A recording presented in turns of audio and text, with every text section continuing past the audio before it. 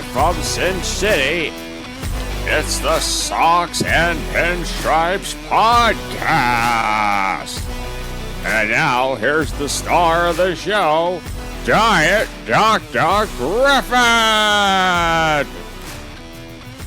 Holy elbow surgeries, Batman. This is Diet Dr. Griffin back with another episode of the Socks and Pinstripes Podcast. And let me tell you, this is one of the most impactful, news-filled weeks we've had in some time. So if I miss something this week, I'm just going to have to cover it at another time. There's been so much news going on. I woke up this morning to see that Spencer Strider officially got his internal brace Tommy John surgery. The elbow injuries in baseball have risen to the forefront as we have had many pitchers go down already, including some that I've mentioned, Yuri Perez, now the favorite for the NL Cy Young Award, Spencer Strider. We also had former Cy Young Award winner Shane Bieber go down last week with Tommy John surgery. Jonathan Loaizaga of the Yankees got Tommy John surgery, and other pitchers, including Nick Pivetta and Framber Valdez, are on the IL currently with elbow issues. Their severities to be determined. The MLB Players Union has been out on the forefront talking about how they believe this is related to the pitch clock. And while I think the pitch clock does have a bit of a factor in how a pitcher uses the pace and tempo of how they throw their pitches, I don't think this is a factor into why we're seeing all these elbow issues. It's really a combination of a number of different factors. Right now, you have guys pursuing 100 miles per hour regularly on their pitches, which is just something that did not happen in the past. You combine that with the higher torques that they have to put on their elbows when they're throwing these wicked breaking balls.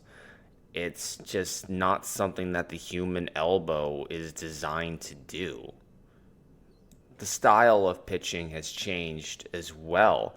People are now throwing at maximum velocities for shorter periods of time, basically just throwing everything they've got and try to get out of a game in 100 pitches or so, and then we'll go to somebody in the bullpen who can throw 100 miles an hour for an inning or two, and then we'll go to another guy, and then another guy, and then another guy.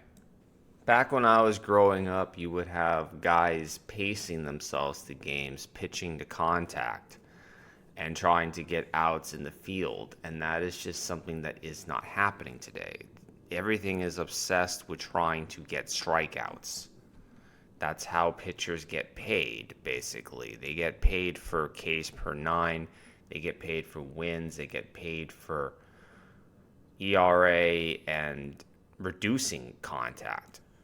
And then there's correlations between the higher velocity pitches having a lower batting average against, and the lower velocity pitches having a higher batting average against. So there's been that shift in thinking between the teams that they need to get their players throwing as high as possible, and there is a consequence to that increased velocity. Another element that is going on here is the fact that the sticky stuff crackdown, I think, is exacerbating the situation.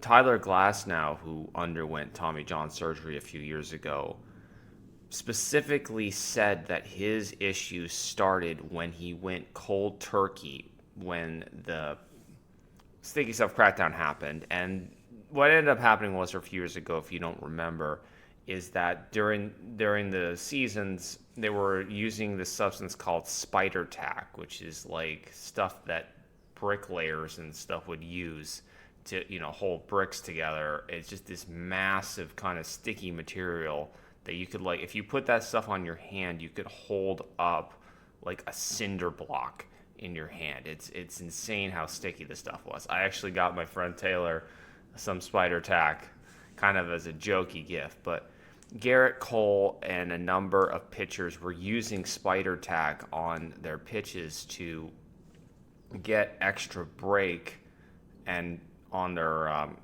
off-speed pitches, and it just increased the RPMs that they were able to use. So MLB cracked down not only on spider tap, but they cracked down on anything that pitchers were using to get an extra grip. And a lot of pitchers weren't using spider tack, but they were using a combination of sunscreen and rosin to basically just have some semblance of a grip, but not enough to really impact the ball the way that spider tack did.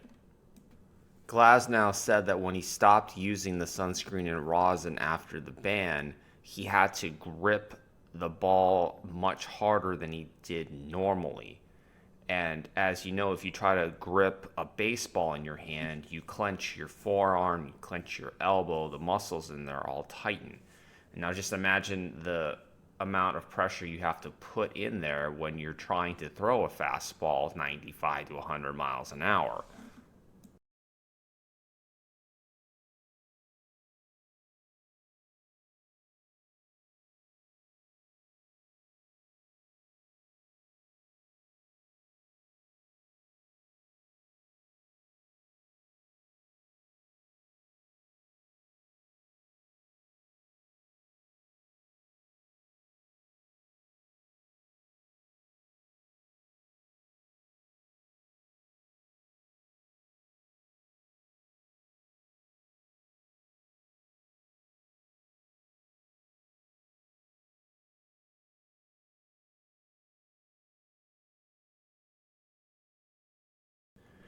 I mean, I injured my forearm once bowling because of a changing in my grip and location. And, I was carrying a 15-pound ball on the end of my hand. And I felt pain for weeks and weeks on it. I'm pretty sure I strained my forearm. And as you might know, forearm strains are generally precursors to elbow issues and Tommy John surgeries. There's also an issue with how the balls are inconsistent because of the process that they are using to muddy them up before the games. And in some places like Japan, for example, they use a pre-tacked ball. And one of the reasons that I think Kodai Senga didn't want to participate in the World Baseball Classic was that he wanted to get used to using the MLB balls that did not have the same grip on them. I've read reports that MLB is testing the pre-tacked balls in the minor leagues, but I don't know for certain if that's going to make it to the major league level.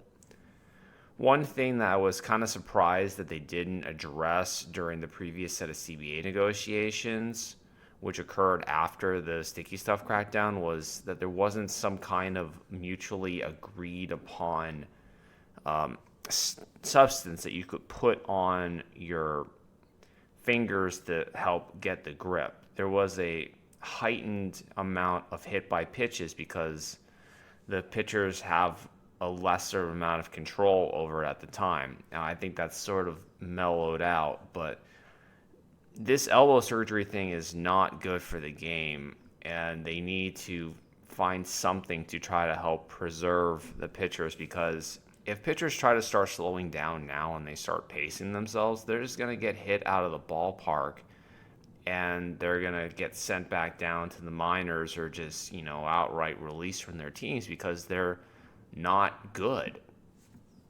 Players basically have to play Russian roulette now with their careers, because if they don't throw 100 miles an hour, they get sent down to the minors or outright released. And if they do throw 100 miles an hour, it's only a matter of time before they have to get Tommy John surgery and miss a year. And the owners are, by and large, are probably cool with this because it keeps the total salaries of players down as a result. I mean, how much money do you think Shane Bieber probably lost in free agency this upcoming season now that he had to get elbow surgery? Could have easily made $100 million on a contract. And now he's going to probably sign somewhere on like a 2-year deal for maybe $15 million, maybe 20 if they're generous.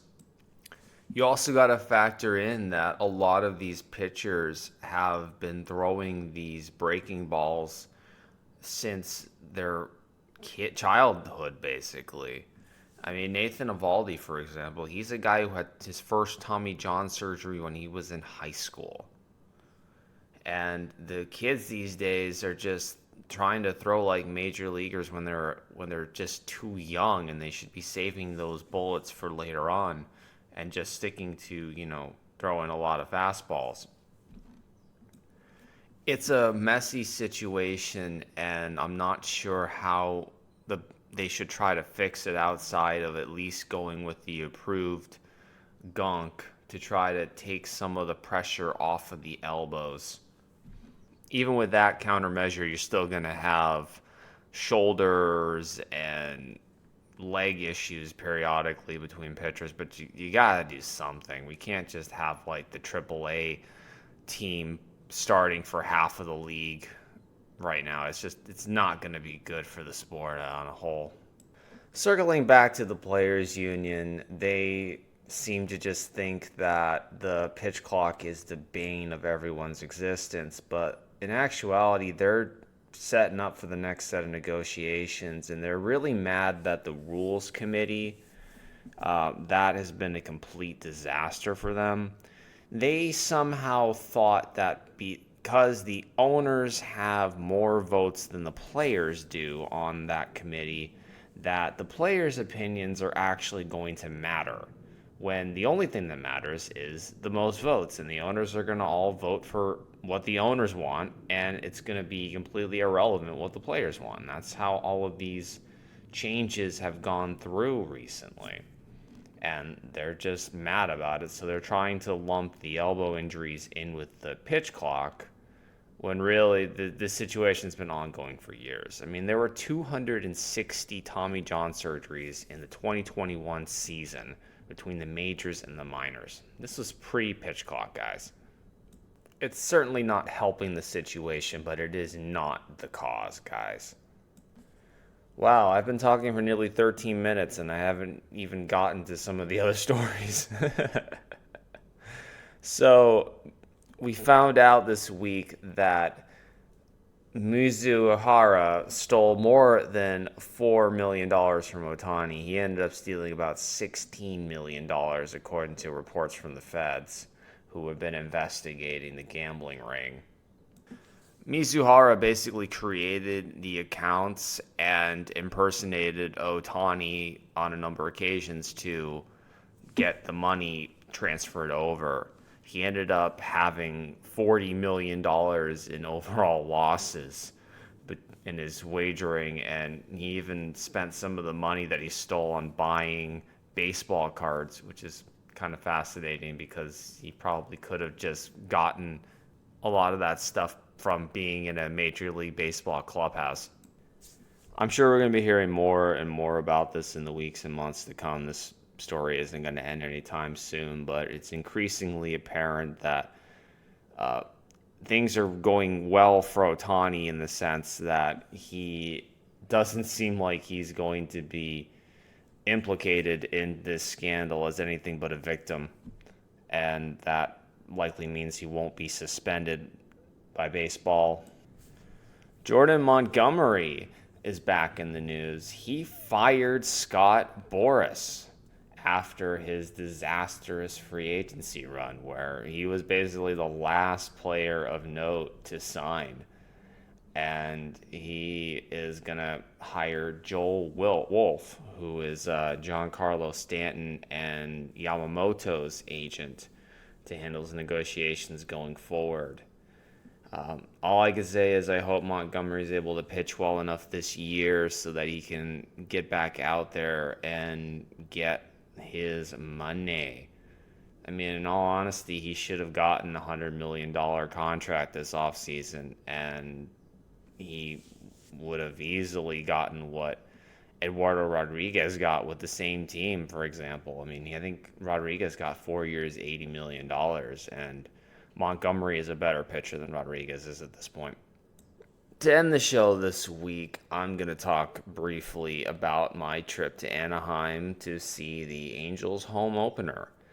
And let me tell you, one of the funniest moments happened before the game even started, because when you go up to Angel Stadium, they have this big, advertisement for Mike Trout as, the face of the team. And he's got this distant stare as, if you're looking up, he's looking to his right, and he's looking for something, and all I can think of is like, oh Shohei, wherefore art thou, Shohei? Like, he's just got this forlorn look in his eyes, like, where are you, Shohei? I miss you. Life is miserable here. I have no hope of winning anything in the next 10 years or however long I'm still stuck here playing for Artie Moreno. Angel Stadium itself is nothing special. It's pretty much a dump at this point. Let's just be honest. It's not to the levels of Oakland, for example, but it is not one of the better stadiums. It's not an Oracle Park in San Francisco. It is not a Petco, and it does not have the classic charms of a Red Sox Fenway Park Stadium or the Wrigley Field. I have not been to Yankee Stadium or some of the other ones, so I can't comment on that. I'm going to try to get to some more stadiums in the coming years. One of my goals this year is to actually get out to Camden Yards, and if that ends up happening, I will lovingly talk about my experiences. The crowd was vibrant there, but it didn't really seem like it was a full house. It seemed like it was honestly busier when I went there a couple years ago to see Shohei Ohtani pitch than it was last Friday. And who blames them? The Angels have been through so much in the last year or so, losing Ohtani and just not really having much optimism about how their season's going to go.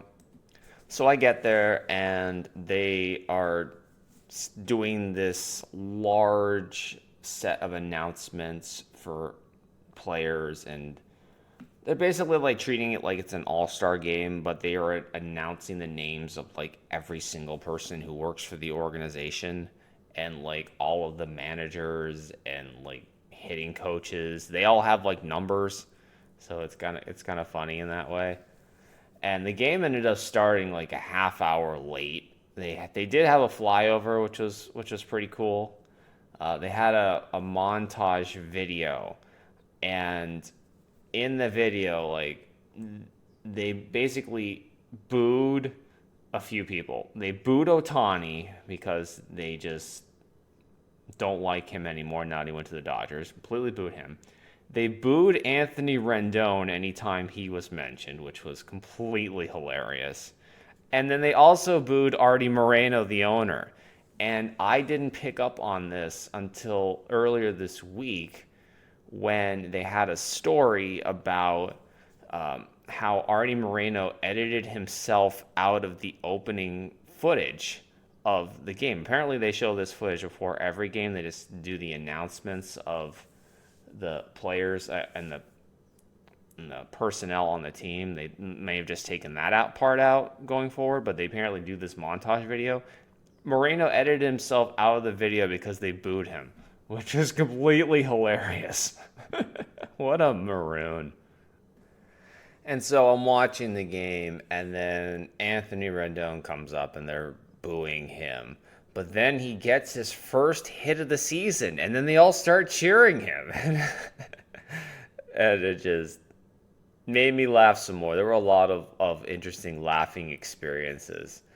One not so fun experience about the game was actually seeing Trevor Story injure his shoulder.